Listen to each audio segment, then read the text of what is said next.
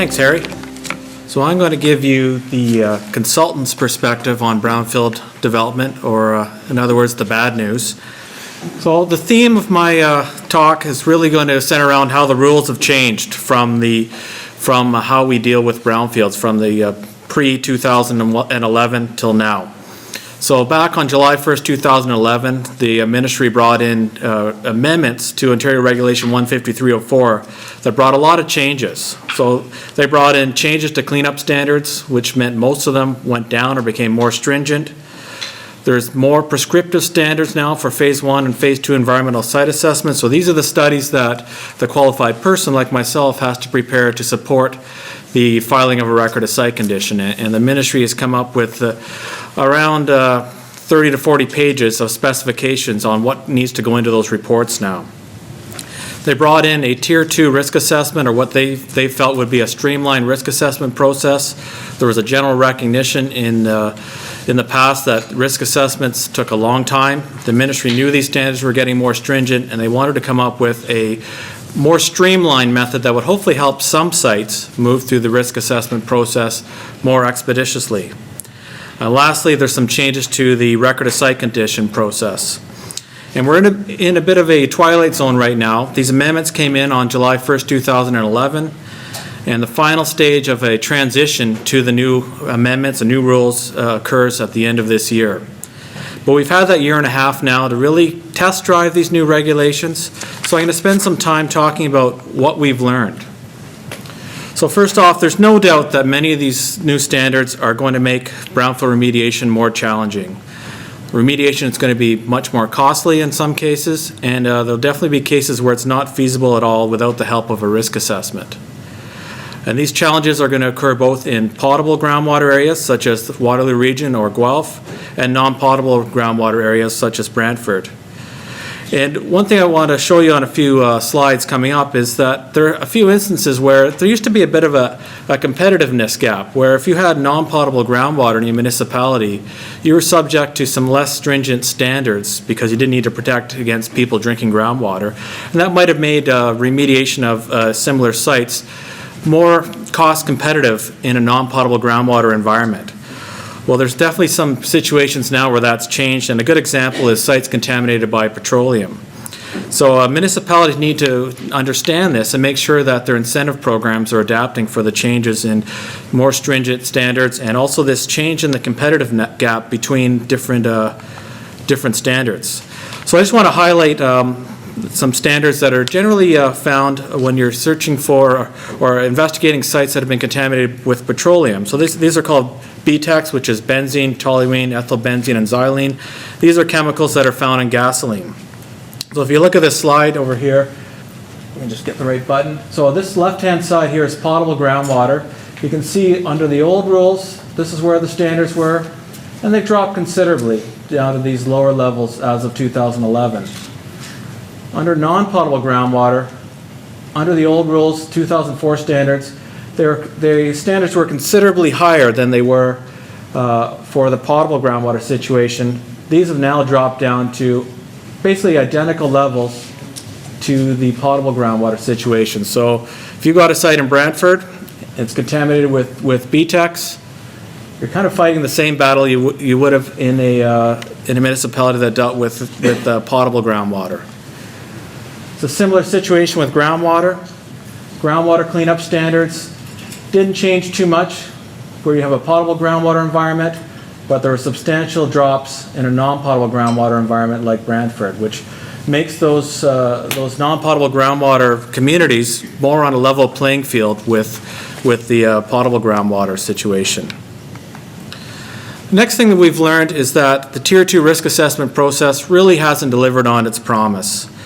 The reality is that there are very, very few sites where it can be used as a standalone tool, and I would hazard a guess that maybe there are no sites where it could be used as a standalone tool. However, we have found it can be used as a helpful aid when you're completing a regular risk assessment. It can be used as a screening tool to help make approvals a bit more streamlined, because it helps you use assumptions that the Ministry of the Environment is going to feel comfortable with. The ministry has recognized that there's a problem with the Tier 2 assessment, and they're trying to work on some enhancements and consulting with the development community and the consulting community to try to come up with ways to make it more useful. And some of those are some additional risk management measures, which are techniques that can be used to block exposure. So if you have a site where there are volatile chemicals in the groundwater, the ministry is looking at if there's other ways that we can develop some standard methods that you can protect a building from vapors coming up into it. So for example, putting a plastic liner underneath the building to make that easier to approve. The other thing we've learned is that costs of Phase 1 and Phase 2 ESAs and remediation are going to go up. Developers need to understand how to take advantage of incentive programs because these costs, just for the reports alone, are going up, could be a factor of 2 or 3 times what they used to be, let alone the more extensive investigation that's required. You need to understand that in many cases it's going to take longer to obtain your record of site condition. More sites are going to require a risk assessment, and I say up to 2 years for approval. Harry said 3. Harry's probably right. It's taking 2+ years to get your risk assessment approved. There's also a requirement now for post-remediation monitoring. So you remediate your site, you think the groundwater's clean, you're all excited, you want to submit your record of site condition. Well, there's now a requirement that you have to complete monitoring for another year later before you can submit your record of site condition. So you need to understand what these timelines could do to your development. And finally, risk management will be required on more sites. So more sites are going to have what the ministry calls a certificate of proper use, which is a legal instrument that says you must do certain things to protect the site. So that may be, you may be required to put a cap on the site to prevent people from being exposed to contaminated soil. You might need to put a liner underneath your building to keep vapors from migrating up into it. And that's going to be registered on title. And that's going to have implications long-term for what the owner's obligations are going to be on the site, and that may affect what you could do in terms of marketing that property. So how do you manage the process? First off, as I said earlier, you need to understand the timelines before you get into it. Consult with the municipality early in the process to avoid surprises. The next thing I want to say is consult with the ministry early in the process if a risk assessment is involved. Several years ago, the ministry was not interested in consulting or discussing risk assessments. It was like dealing with a black box. You send them a risk assessment, they send you a letter with comments, and it was back and forth. That's changed. The ministry is now much more open to discussing what you're doing. And if you have a site with a risk assessment, I would encourage you to reach out to the ministry before you get to the point of submitting a risk assessment. Make sure that they are going to feel comfortable with what you're going to do. It's not going to guarantee you're going to fly through the process, but it should hopefully help smooth things out. On your consulting team, there are tremendous advantages to have an integrated planning, land development, and environmental management teams all working together. What we've found on sites is that if you can provide all these services at once, you can integrate your remediation program with your land development engineering. You can make sure your planners are helping you look at your site and dealing with severances like Harry was talking about with the horizontal severance on the condo. So having that integrated team will help you navigate these complex sites. Consider whether your site can be subdivided into different parcels with different land uses. What this could do from a development perspective is possibly allow you to develop the easy portions of the site more quickly. And you can do this by filing separate records of site condition for different parcels on the site. And finally, make sure that your consultant understands the local municipal incentive programs.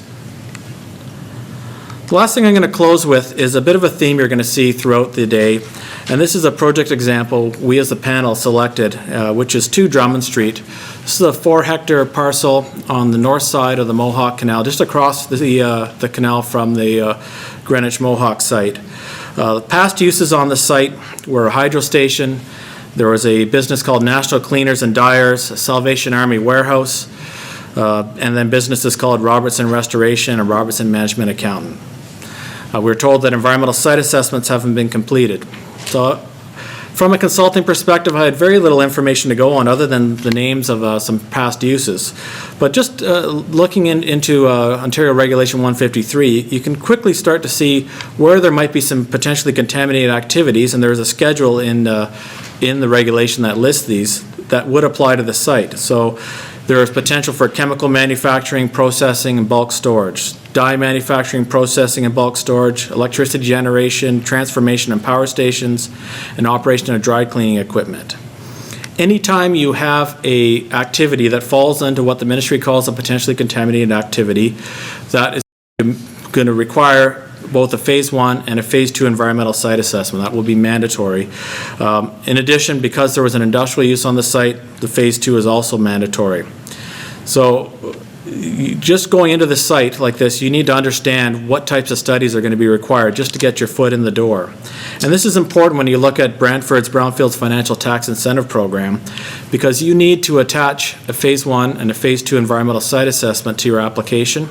And these need to be completed to the full ministry standards. So if you're looking at a brownfield property, understand what you're getting into, understand what these costs are you're going to have to invest in up front before you get into it. And with that, I'm going to turn it over to Mitch, and he'll talk about the developer's perspective.